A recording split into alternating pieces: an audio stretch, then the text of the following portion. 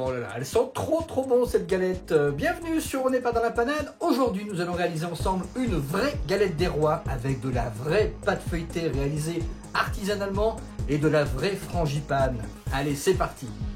Pour réaliser une galette des rois, c'est simple, il suffit de reprendre une pâte feuilletée qu'on a laissée reposer pendant au moins 24 heures au frigo. Et à l'aide de notre fidèle rouleau à pâtisserie, nous allons l'abaisser, c'est-à-dire l'aplatir.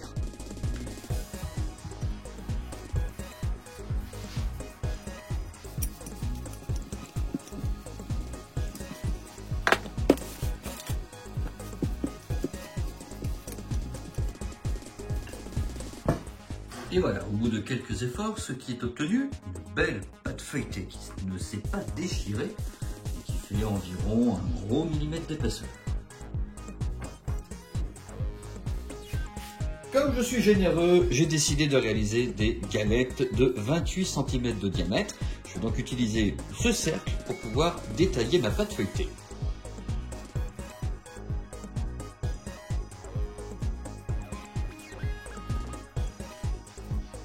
Il nous faut évidemment 2 disques pour réaliser notre galette.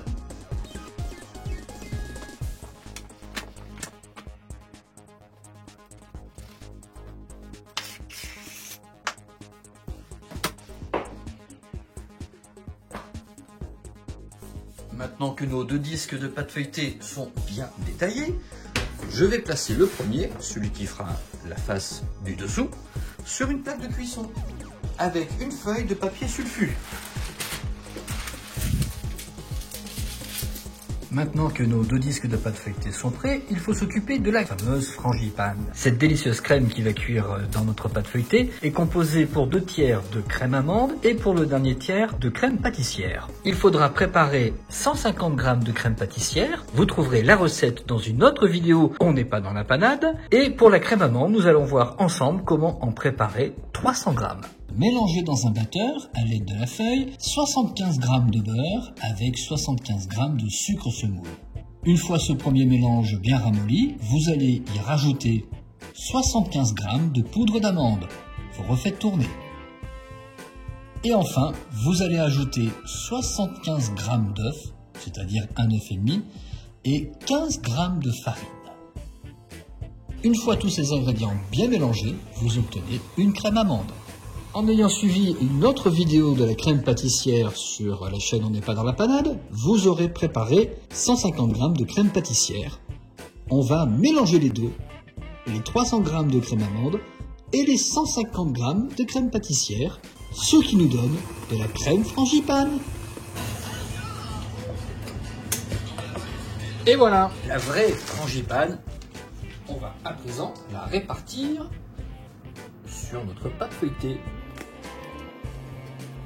Alors on part en faisant un escargot, on part bien du centre, on met une belle couche, hein. On est généreux. Et alors surtout on fait bien attention à ne pas aller trop loin, il faut rester un peu loin du bord pour permettre une bonne soudure des disques de pâte qui viendront par-dessus. Voilà, pas mal. Évidemment, il ne faut pas oublier quelque chose d'important quand on fait des galettes des rois, c'est les fèves. Voilà, et d'une et de 2. Pour la suite, il nous faut coller le disque de pâte feuilletée par-dessus et ensuite faire de la dorure. J'ai cassé un œuf et j'ai séparé le blanc du jaune. Pour réaliser un bon collage de pâte feuilletée, c'est simple. Prenez du blanc d'œuf, vous en mettez un petit peu sur un pinceau, vraiment pas beaucoup. Et vous le passez bien autour sur la pâte, comme ceci. En prenant bien garde de ne pas embarquer avec le pinceau la frangipane, qui doit elle bien rester de son côté. Si on veut éviter qu'elle se fasse la malle pendant la cuisson, il ne faut pas lui donner le chemin à suivre en la faisant se mélanger avec le blanc d'œuf. Ensuite, vous récupérez votre disque de pâte feuilletée et vous la menez pliée en deux, comme ceci, pour le déposer d'abord sur le bord. Et n'hésitez pas à lui tirer un petit peu sur les oreilles. Voilà. Et vous rabattez le reste en prenant bien garde de ne pas embarquer la frangipane avec vous. Voilà, puis après vous pouvez vous aider de vos petits doigts. Une fois nos galettes fermées, et je le rappelle, n'oubliez pas d'y mettre les fèves avant, on peut préparer la dorure. Alors, la dorure, c'est du jaune d'œuf, un petit peu de sucre glace et un petit peu d'eau. Avec ce beau mélange, on va badigeonner nos galettes.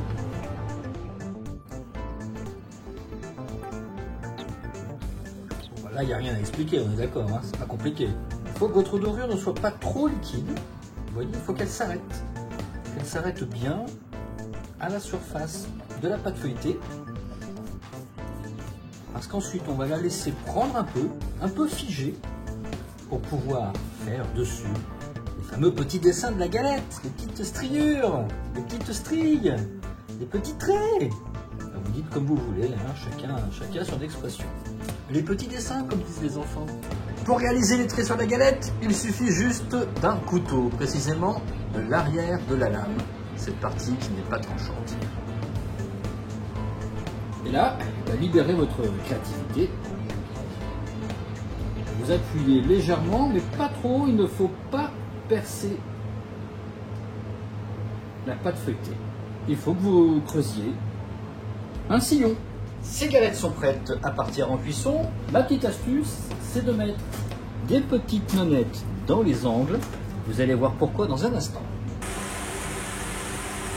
Le four est chaud, je l'ai mis à 200 degrés. J'amène ma plaque.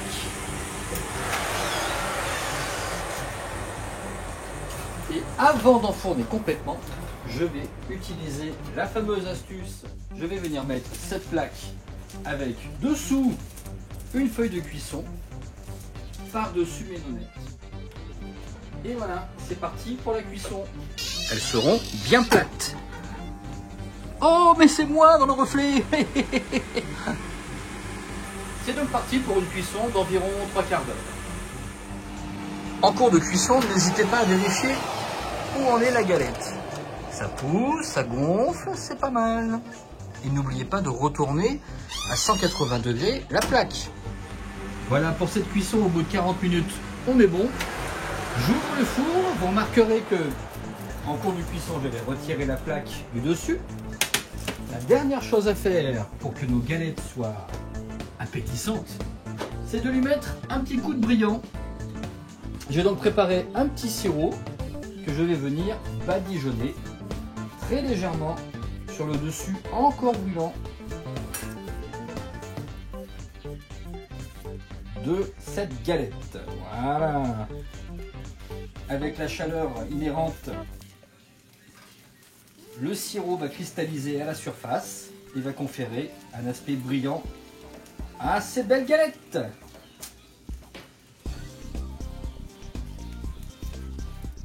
Et voilà les amis, merci d'avoir suivi cette méthode pour réaliser vous-même votre galette des rois.